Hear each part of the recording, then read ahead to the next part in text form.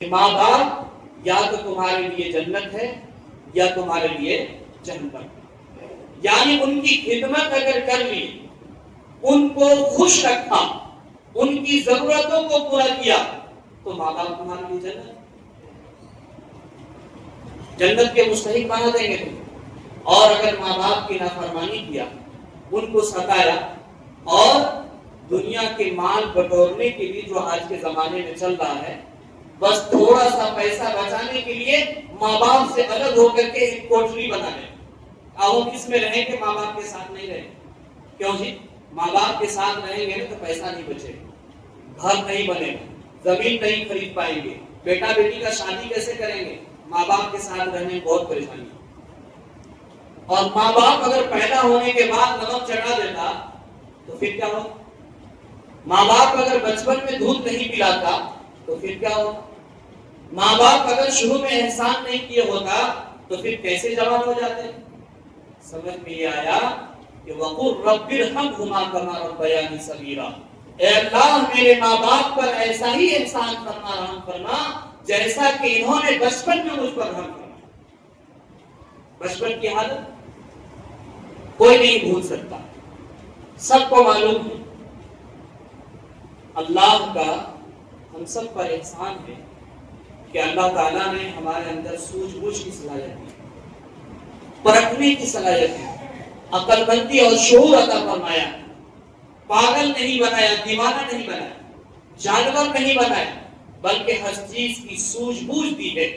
اگر عزت حاصل ہے تو اللہ کے احسان کی وجہ سے، اگر مال و دولت ملا ہوا ہے تو ماں باپ کے دعا کی وجہ سے، ساری نعمتیں اپنے ماں باپ کی وجہ سے ملی ہوئی ہیں۔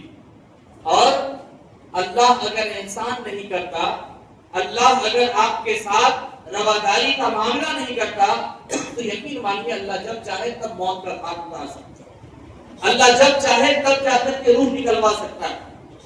اللہ کے لیے کوئی چیز کی مشکل نہیں ہے، وہ جو چاہے کر سکتا ہے۔ ان اللہ علی کل شیء قدیر، اور اللہ ہی عزت دے رکھا ہے اور اللہ ہی ذلیل بھی کرتا ہے، اللہ ہی مال و دولت دے کے رکھا، اللہ ہی چھین بھی سکتا ہے۔ بڑے سے بڑے امیروں کو دیکھا گیا کہ آخری وقت میں اس طرح سے کنگال ہو کر کے مر گیا کہ بھیک مانگتے مانگتے بھی اس کو بھیک نہیں ملتی۔ بڑے بڑے امیروں کو دیکھا، اور یہ ان لوگوں کا انجام ہوا جو ماں باپ سے کٹ کر کے زندگی گزارا کرتے تھے۔ اے ضیا ماں باپ کے سائے کی ناقدری نہ کر، اے ضیا ماں باپ کے سائے کی ناقدری نہ کر، دھوپ کاٹے گی بہت جب یہ شجر کٹ جائے۔ جس نے پایا ماں باپ کا سایہ، برتاؤ کیا حسن سلوک کا تو جنت میں گھر بنایا۔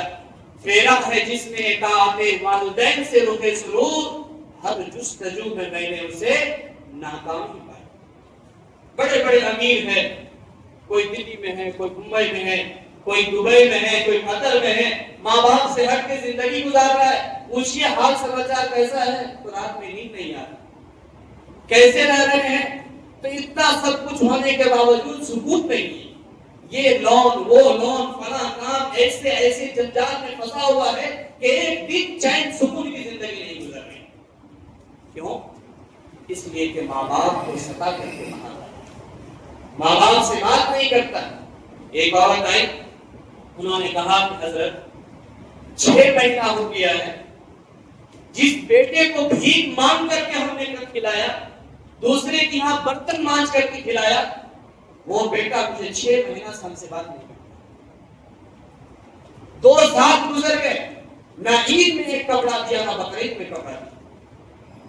ایک والد محترم آئے، انہوں نے کہا حضور 5 سال گزر گیا، ہماری بیوی کھیت روک کر کے کھلاتے تھے ہم کو، بیٹا بڑا ہوا، ہم لوگوں کو فکر ہوا کچھ کما کر کے آئے گا تو گھر سنبھالے، ہم لوگوں کی خدمت کرے، لیکن جب شادی ہوئی تو وہ اپنی بیوی کو لے کے دلی میں رہا ہے۔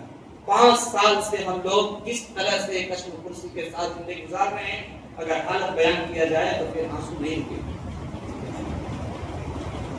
ایسی اولاد پر لعنت ہے اللہ کی، ایسی اولاد پر پھٹکار ہے رسول اللہ صلی اللہ علیہ وسلم۔ ایسی اولاد کبھی جنت میں داخل نہیں ہو سکتی۔